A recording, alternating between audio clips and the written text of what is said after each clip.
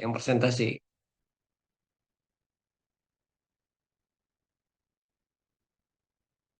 Hah? Nggak apa-apa kita diskusi. Berapa orang sih kita? Saya 15. boleh, Pak. Oh boleh dengan senang hati. Siapa nih? Bentar Pak, namanya belum diganti, Pak. Oh Rian Icen. Riko, Riko, Pak, Riko, Pak.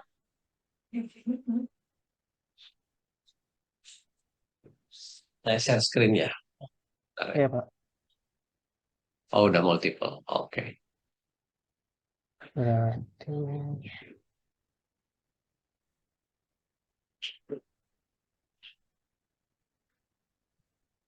Pak sudah muncul, Pak. Udah.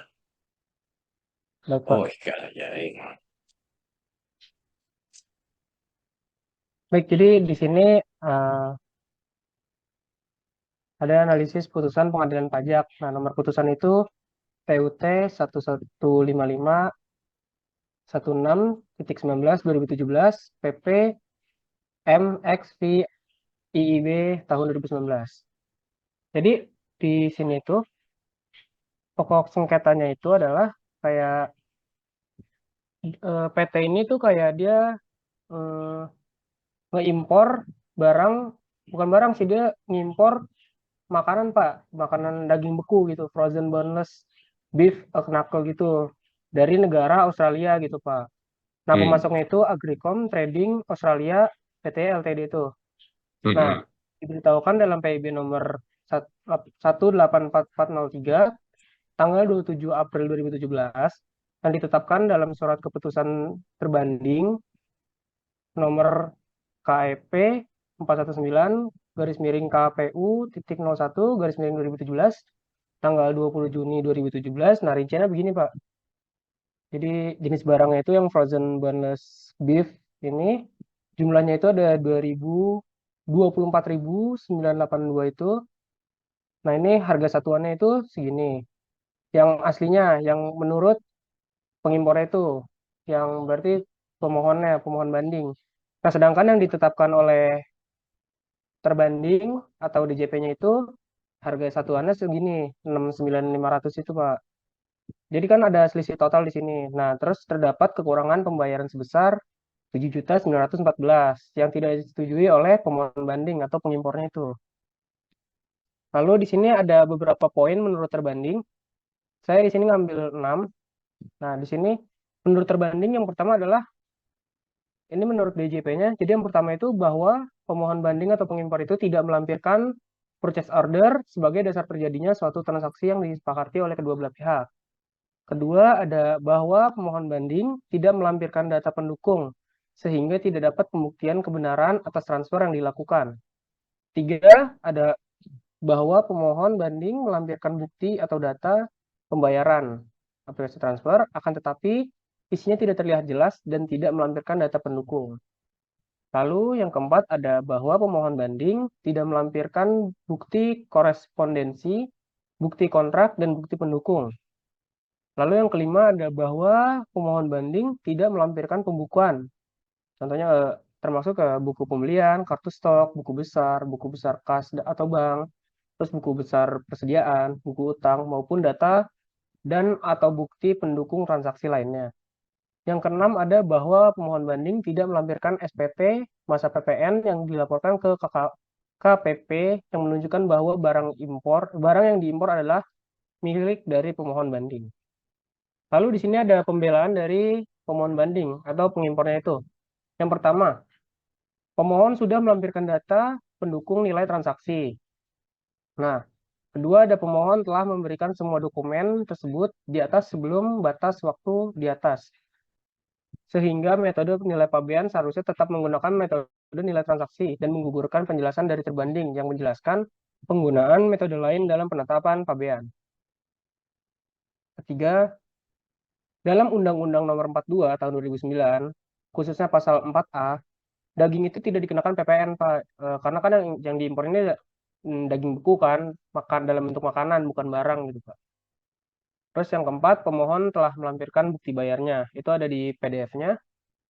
Terus yang kelima ada alasan alasan shipper tidak berkenan mencantumkan nomor PO ke dalam PO itu purchase order tadi ke dalam setiap dokumen dan hanya mencantumkan kontrak order, ini dikarenakan shipper tidak hanya menawarkan barang ke wilayah Indonesia, melainkan juga ke banyak negara lainnya. Lalu yang keenam, bahwa pemohon banding membeli barang dari Agricom Trading Australia, PTY Ltd ini, dalam hal ini berkedudukan sebagai trader, sehingga perusahaan ini yang akan menjamin barang milik produsen untuk dikirim ke negara pemesan, sehingga transaksi pembayaran pemohon dilakukan kepada perusahaan tersebut. Lalu di sini ada menurut majelis, ada 3 poin yang saya tangkap dari eh, eh, apa namanya? Dari apa sih namanya? Pertimbangan majelis. Itu ada yang pertama, ada majelis menggunakan Peraturan Menteri Keuangan nomor 34 garis miring PMK 04 garis miring 2016 pasal 9 dan pasal 10 untuk menghitung biaya masuk. Terus yang kedua, majelis menggunakan Peraturan Menteri Keuangan nomor 34 PMK titik 04 garis miring 2016 pasal 26 untuk menguji kewajaran. Lalu poin ketiga di sini ada bahwa berdasarkan hal-hal tersebut, majelis menyimpulkan nilai pabean yang diberitahukan dalam PIB nomor 184403 tanggal 27 April 2017 sebesar CIF Australia dolar itu 167.381 adalah harga yang sebenarnya dibayar atau yang seharusnya dibayar. Nah, harga ini adalah yang tadi diajukan menurut oleh pemohon banding atau importirnya gitu. Jadi di sini majelis memutuskan untuk mengabulkan seluruh banding pemohon banding sehingga kekurangan pembayaran biaya masuk, pajak dalam rangka impor, dan sanksi administrasi berupa denda nihil. Jadi bisa dibilang di sini yang menang itu pemohon bandingnya, itu, importirnya gitu Pak. Sekian Pak.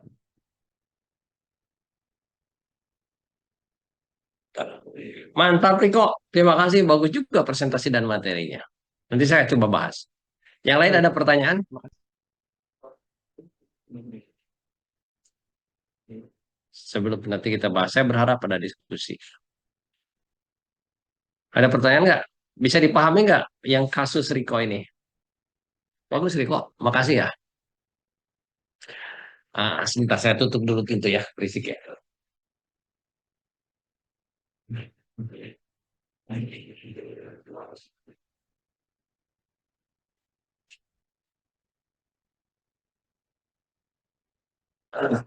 Oke, ada pertanyaan nggak? Kalau nggak ada, saya coba bahas ya. Izin ya Riko ya. Riko, coba share screen lagi Riko, biar saya coba bahas ya.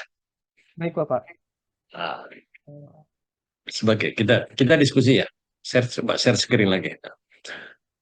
Dari materi, oke. Dari materi aja dari awal. Oke. Nah, Iya Pak. baik. Perlu saya sampaikan bahwa di pengadilan pajak itu ada dua materi. Satu mengenai pajak, kedua mengenai kepabeanan. Dan izinnya juga ada dua. Jadi kalau kebetulan nanti umpamanya Riko mau sebagai kuasa apa sebagai yang apa mau minta izin sebagai kuasa hukum pengadilan. Nanti kalau udah bisa kuasa hukum, boleh tuh jadi beracara di pengadilan pajak. Itu ada dua izinnya. Satu, apakah izin perpajakan ataukah izin kepabeanan. Ya. Syaratnya boleh nanti syaratnya umpamanya punya pengetahuan di dalam dibuktikan dengan sertifikat atau apa gitu. Kemudian ada SKCK. Nah, kebetulan saya baru diperpanjang kemarin kuasa hukumnya. Nanti sih kita share ya. Kita share bentuk apa kalau umpamanya kuasa pengadilan itu seperti apa. Ya. Nah, ini ada dua pengadilan. Tadi disampaikan juga memang ini kasus yang seharusnya ini tidak perlu dibawa ke ranah pengadilan. Kenapa? Hanya tinggal pembuktian sama dokumen.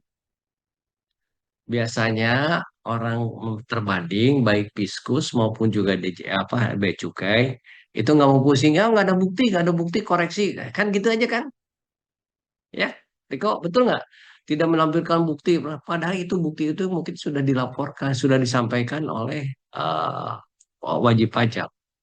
Hal ini terbukti di pengadilan ini semua ada buktinya. Ada. Setelah ada bukti, ya memang benar. Cuman bea cukai aja menganggap itu nggak ada bukti, itu nggak ada bukti. Ya, padahal pasti sudah diberikan itu. Kenapa berani mengajukan ke pengadilan pajak? Karena memang mungkin wajib pajak juga sudah yakin bahwa dia punya bukti-bukti yang kuat untuk itu. Ya, betul nggak, Riko? Betul nggak, Riko? Iya Pak, betul Pak. Mungkin di eh, sidang sebelumnya dia kayak belum nunjukin semuanya. Jadi terus pas di sidang kedua ini pas udah ngajuin banding, dia baru langsung ngasih semua buktinya gitu Pak. Oke. Nah, jadi sebenarnya prosesnya itu satu, boleh dicatat, boleh saya nggak bisa nulis di sini. Satu, biasanya mereka ada keputusan dulu. Kalau umpamanya dari pajak ya, sekarang mereka sengketa, mereka diperiksa nih. Turunlah yang namanya surat ketetapan pajak atau SKP. Kalau wajib pajak setuju, itu jalan. Kalau setuju jangan ya, Pak, saya keberatan. Ini. Istilahnya nanti SPHP, surat pemberitahuan hasil pemeriksaan. Dibikin berita acara bahwa ini setuju, ini nggak setuju. Dari situ kalau memang wajib pajak setuju, udah clear tinggal bayar. Tapi kalau tidak setuju, wajib pajak mengajukan keberatan ke DJP melalui Kanwil. Kalau keberatannya ditolak dan wajib pajak masih bisa yakin bahwa dia punya bukti yang kuat, dia baru mengajukan banding ke pengadilan pajak. Banding di sini yang menentukan adalah hakim. Nah, jadi nggak ada yang namanya persidangan pertama, persidangan kedua, nggak ada, Riko. Ini adalah persidangan di pengadilan. Mungkin waktu keberatan ditolak sama DJP-nya. Makanya dia banding ke pengadilan gitu ya. Jadi nggak ada persidangan pertama kedua. Ada juga sesen sidang pertama, sidang kedua di pengadilan yang sama. Tapi kalau sudah banding pengadilan itu berarti hanya satu sidang. Nanti kalau dia masih penasaran, baru mengajukan ke PK ke MA, peninjauan kembali ke MA. Itu aja. Jadi kalau di negeri kan ada pengadilan negeri, kemudian pengadilan tingkat provinsi, kemudian ada ke MA. Kan gitu kan kalau di pengadilan pajak itu hanya satu. Oke? Paham? Riko? Baik Pak, paham Pak. Terima kasih Pak. Oke. Iya, iya. Nah, ini sudah jelas bahwa dari kasus yang Riko memang dia import dan dia kalau tadi alasan hakim, coba lihat slide kedua, Riko. Next, coba.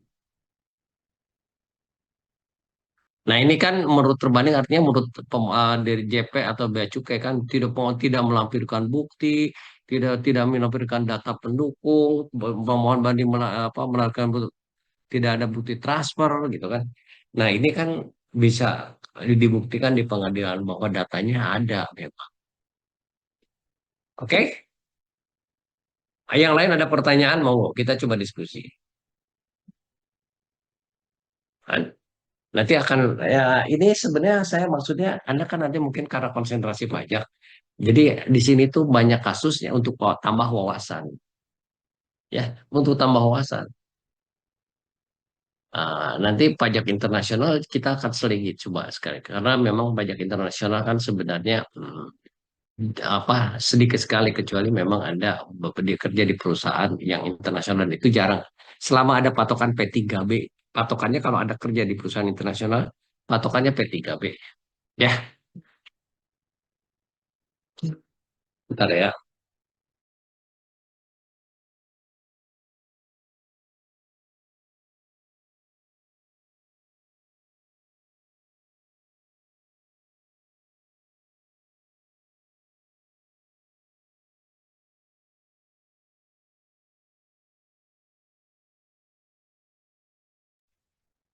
Oke, silakan masih ada yang mau bertanya, nanya dong biar hidup nih.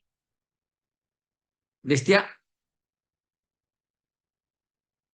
paham nggak Des? Kira-kira kasusnya nih, Des, Ya Pak, paham nggak kira-kira? Kan? sebetulnya masih mencoba untuk memahami juga sih Pak, karena sebetulnya kemarin tuh di kasus Desti juga dia tuh dari Hmm? pemohon banding, dia mengaku sudah melampirkan formulir yang untuk pernyataan domisili gitu loh Pak, yang itu loh Pak, itu apa sih istilahnya?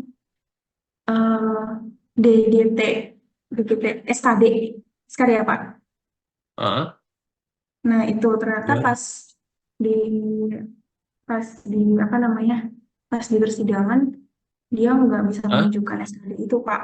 Gitu. Oh gitu. Mm. Nanti Nah kita kalau yang coba. di kasusnya Riko ini kan dia udah jelas-jelas dokumennya ada cuma belum dilampirkan di baru dilampirkan gitu ya Pak. Iya, iya ya. Iya Iya, mungkin iya. 12 gitu sih Pak. Oh, oke, oke, oke. Siap, siap, siap, siap, siap. Oke, bentar ya. Saya juga akan menunjukkan baru-baru kemarin ya.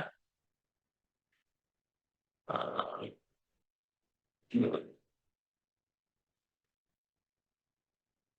bentar ya.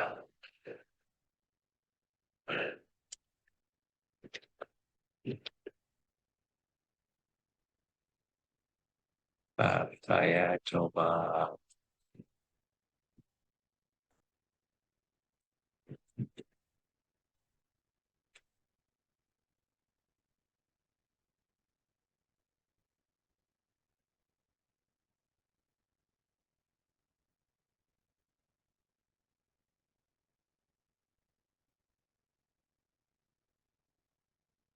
Izin nanti saya coba share screen ya. Jadi kalau umpamanya, Riko bisa ditutup share screen-nya? Izin saya coba share screen.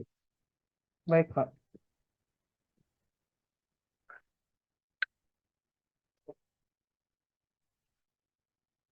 Ini kelihatan nggak? Ini ya, ya bukan berarti apa-apa. Ini cuma share aja. Ini saya baru kemarin. Itu baru 3 Oktober habis soalnya yang sebelumnya. Sekarang semua daftarin kalau Anda memang mau berkenan. Ayo kita sama-sama belajar di sana untuk sebagai kuasa pengadilan. Ya, ya Des. Apa kamu cinta sama siapa kamu? Enggak, Pak. Eh, sama Desti, Desi. Hah?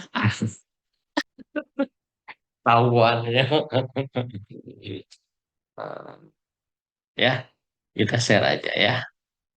Oke. Ada lagi yang mau disampaikan, Riko? Cukup, Pak. Cukup? Oke. Yang lain? Silakan. Ayo. Tadi Destia mau presentasi katanya. Destia? Ah, kenapa? PPT kayak Riko Enggak. gitu Pak, insecure dikit Pak. Ya nggak apa-apa itu. Ah, kita mau siapa? Sesiapa sini aja gitu. Maksudnya kita coba diskusi menggali pokoknya. Kan? Gimana? Mau siapa atau enggak? Boleh nih, Pak. Hah? Boleh Pak, boleh, Pak. Boleh. Ya, berani aja salah mah gampang. Saya juga sama lagi belajar lah. Jadi tapi jangan begini-begini ya, kayak Desi gitu ya. Ah, iya Des. Ah. Eh, Sudah lihat Pak. Oke, terus. Ya Pak, jadi untuk yang mediasi ini menurut nomor putusan nomor PUP Ada PPT-nya nggak, Des? belum Pak. Belum. Soalnya Oke, iya nanti. kurang briefing soalnya Desi kira nggak perlu buat PPT gitu. Makanya tadi kaget pas Restu, wah Riko udah buat PPT gitu Pak. Iya dong, bikin PPT-nya keren kan, Riko kan? Oh. Iya Pak, dari mana Pak? Masa cewek kalah sama cowok rajinnya? Malu-maluin aja, Riko. Ya, harusnya cewek biasanya lebih rajin. Iya Pak, siapa? Nanti dibuat PPT-nya ya Pak. Ya, sok gambaran aja lah. Dan namanya diskusi. Iya, jadi untuk pihak sengketa itu pemohon bandingnya itu PT Oracle Indonesia dengan terbandingnya dari Dirjen Pajak. Nah, pokok sengketanya itu yang pertama koreksi klarifikasi pembayaran royalti dividen itu ada 73 M, kemudian ada koreksi klasifikasi pembayaran jasa ke dividen sebesar 8 M, kemudian ada koreksi reklasifikasi pembayaran bunga ke dividen sebesar 5 M, kemudian koreksi penambahan objek PPh pasal 26 atas penghitungan ulang objek PPh pasal 26 sehingga totalnya itu 10 M. Nah, menurut terbanding atau menurut DJP itu pembayaran royalti ke pihak afiliasi yang dilakukan oleh PT Oracle itu merupakan dividen yang terselubung gitu Pak. Jadi ada transaksi yang menurut PT Oracle itu bukan merupakan dividen, tapi menurut terbanding DJP dia merupakan dividen yang terselubung gitu. Kemudian ada pembayaran jasa juga pada pihak afiliasi juga merupakan dividen terselubung. Kemudian menurut terbanding juga sesuai PPh pasal 4 ayat 1 huruf Q Undang-Undang PPh dan OECD artikel 10 paragraf 29, transaksi tersebut merupakan objek pajak berupa dividen baik secara langsung. Page-nya punten. Page-nya bisa dihapus nggak? Kehalangin saya bacanya, Maaf, sama Pak. dia perbesar. Hah? Nah, terus diperbesar. Biarkan biar jelas gitu, Des. Oke, thank you. Ya, ya Pak. Kemudian koreksi yang telah sesuai dengan data dan fakta yang cukup sesuai dengan ketentuan perpajakan. Jadi menurut terbanding atau menurut DJP itu koreksi-koreksi yang telah dilakukan oleh pihak terbanding itu sudah betul dan sesuai dengan ketentuan perpajakan. Seperti itu. Nah, kemudian menurut pemohon banding pembayaran terkait SLF berdasarkan perjanjian SLF itu merupakan lawan transaksi dari dari PT Oracle, perjanjian distribusi perangkat lunak dengan OKPAK bukan merupakan objek pajak berupa dividen. Jadi dari PT Oracle ini menolak kalau dari terbanding itu mengira bahwa transaksi dengan OKPAK ini merupakan transaksi dividen yang terselubung seperti itu. Kemudian sama biaya pelayanan jasa tadi yang dikira merupakan dividen yang terselubung merupakan perusahaan yang sesuai perjanjian pendukung operasi bisnis dan bukan merupakan objek pajak berupa dividen. Kemudian biaya bunga berdasarkan Master Service Agreement dan Distributor Agreement merupakan biaya sehubungan dengan jasa dan bukan merupakan objek pajak berupa dividen. Kemudian untuk menurut pemohon banding, tidak ada dasar hukum yang jelas untuk mengklasifikasi transaksi yang dikatakan di atas merupakan dividen sesuai dengan Undang-Undang 36 tahun 2008. Nah, terkait dengan SKD melalui form di DJT dan Certificate of Residence telah dilaporkan melalui SPT, sehingga tarif pajak yang dikenakan seharusnya mengikuti P3B. Jika memang transaksi yang tadinya dikira sebagai dividen yang terselubung itu tadi merupakan objek pajak seperti itu. Nah, dari si pemohon banding ini PT Oracle ini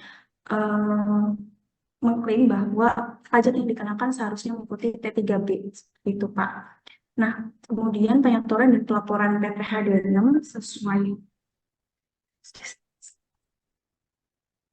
penyetoran dan pelaporan PPh 26 sesuai dengan ketentuan yang berlaku.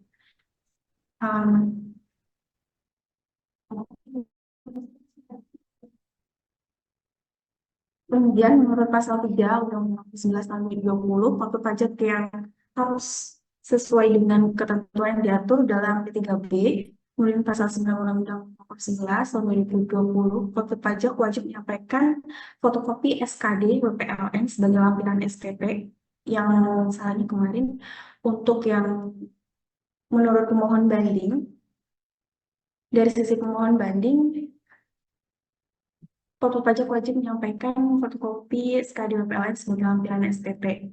Nah, OKPAK seharusnya menerima royalti dan bukan dividen. Kemudian penerima pembayaran bukan merupakan pemegang saham. Kemudian sesuai ketentuan pasal 32A Undang PPh dan prinsip lex specialis derogat lex generalis. Kemudian pertimbangan hakim, pemohon banding melampirkan 11 bukti berupa dokumen yang cukup dan cocok Pemohon banding juga telah menyampaikan rekapitulasi wilayah dan objek PPH 26 dalam uji bukti. Kemudian terbanding juga melakukan 6 bukti berupa dokumen bermaterai cukup dan cocok. Kemudian status kependudukan pajak penerima penghasilan telah dikonfirmasi. Namun pemohon banding tidak bisa menyampaikan pembuktian berupa dokumen DJT 1. Nah, keputusannya dia mengabulkan sebagian banding di mana reklasifikasi bunga menjadi dividen dengan tarif 20% karena dari pihak pemohon banding tidak bisa melampirkan dokumen SKD di satu. Kemudian reklasifikasi jasa menjadi dividen dengan tarif 20%, ekualisasi biaya kepada afiliasi menjadi dividen dengan tarif 20%, kemudian royalti dengan tarif 20%, kemudian untuk pajak penghasilan yang masih harus dibayar setelah kredit pajak dan sanksi termasuk sanksi administratif itu dengan total 5.897. Itu Pak.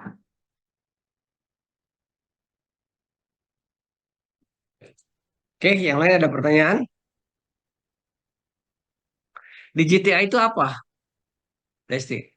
GT itu dia kayak form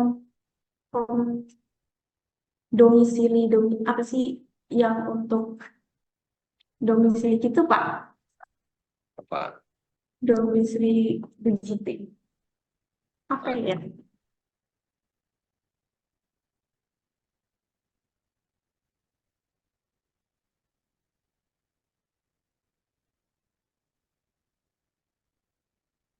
Apa ya? Jadi formulir ya, apa? Ya, Pengisian yang dasar hukumnya ya, gitu ya. ya, jadi menurut sepemahaman Desi Pak, jadi di GT1 itu dia kayak formulir eh, buat menyatakan kalau lawan transaksi kita tuh benar-benar dari luar gitu Pak mungkin Pak. Ah. Untuk menghindari double tax ya. Iya betul Oke, Pak. Desti. Ya, jadi ini mengklarifikasi bahwa di GTA itu sebagai formulir yang harus dikonfirmasi untuk menghindari double tax. Jadi di sini kena pajak, di sana kena pajak kan gitu ya? Iya Benar nggak? betul Pak. Ah, Iya Pak. jadi Jadi ada karena dari konfirmasi. pemohon banding tidak bisa melampirkan dokumen di GT1 itu tadi, makanya untuk tarifnya dikenakan 20% gitu Oke, Pak. jadi ini kan nggak ada P3B ya, berarti dianggap tidak ada P3B gitu ya. Jadi tarif PPh 26-nya 20% gitu, Des, Iya atau Pak. gimana? Hmm? Iya Pak. Oke, Jadi, betul Des ya. iya Pak, Jadi karena dia karena kan itu nggak formulir. nyampein di DGT1 itu Pak. Jadi Mm-mm. dia tuh beranggapan kalau dari lawan transaksinya tuh dia nggak punya bukti kalau dia benar-benar dari luar gitu Pak. Makanya Oke, dan kita juga nggak tahu dia masuk PDB mana kan, jadinya nggak pakai P3B gitu Pak. iya ya. Jadi tarifnya tarif umum PPh pasal 26 ya, Iya Desti ya. betul Pak. Karena tidak bisa menunjukkan bahwa itu adalah daerah P3B. Gitu kan? Yang Iya ada Pak. kerjasama. Kan gitu kan ya? Betul Pak. Karena dia tidak mensupport. Nah, oke. Terus kalau sebenarnya bahwa